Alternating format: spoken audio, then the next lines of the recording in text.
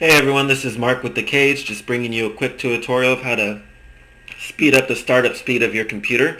First thing I'm going to have you do is click on Start, Run. In the open box, I want you to type in msconfig. That's msconfig. Press OK. The very next screen you're going to see is the System Configuration utility. Now I know this is a little bit intimidating, and there are very critical items within this utility that can cause havoc on your computer if you don't know what you're looking at. So please stick to the instructions I'm giving you. If you're the type of user that knows a little bit about enough to be dangerous, this isn't an area you really want to be playing in. Click on the Startup tab. It's the second to last tab. This is a list of all the items that are set to run when your computer turns on. In short, your computer has two lists that it used to, or two instructional lists it uses when it wants to turn on the computer. The initial list that it uses is anything that Windows needs to run properly. The secondary list it goes through is anything that you as a user have told the computer to run when the computer turns on. That's what this list is that we're looking at. Now I know a lot of you are saying I've never told the computer to turn on anything. I can tell you now that a lot of software manufacturers just by default set their computer or an element of their computer or their software to run at startup.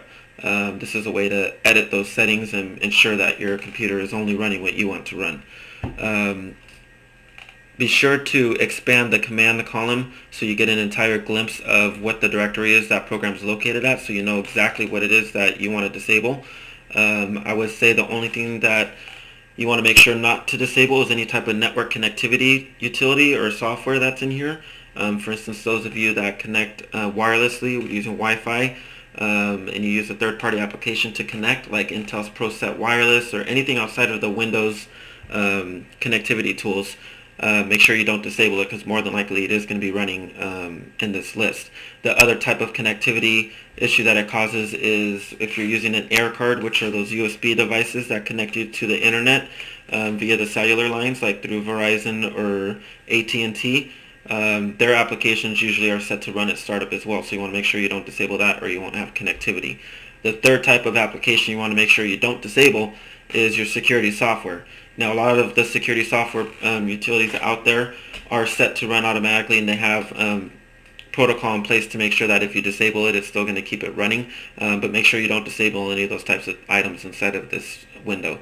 Once you're done and if you unchecked all the items you don't want to run, you want to click OK. The next screen is going to ask you to restart your computer for the settings to take place. Be sure to restart the computer. You should notice an immediate difference from that point forward. For the purposes of this tutorial, I'm going to go ahead and click exit without restart. If you run into any issues, feel free to leave a comment or shout out to us on Facebook. We'll answer your questions. Remember, we do give free diagnosis over the phone remotely.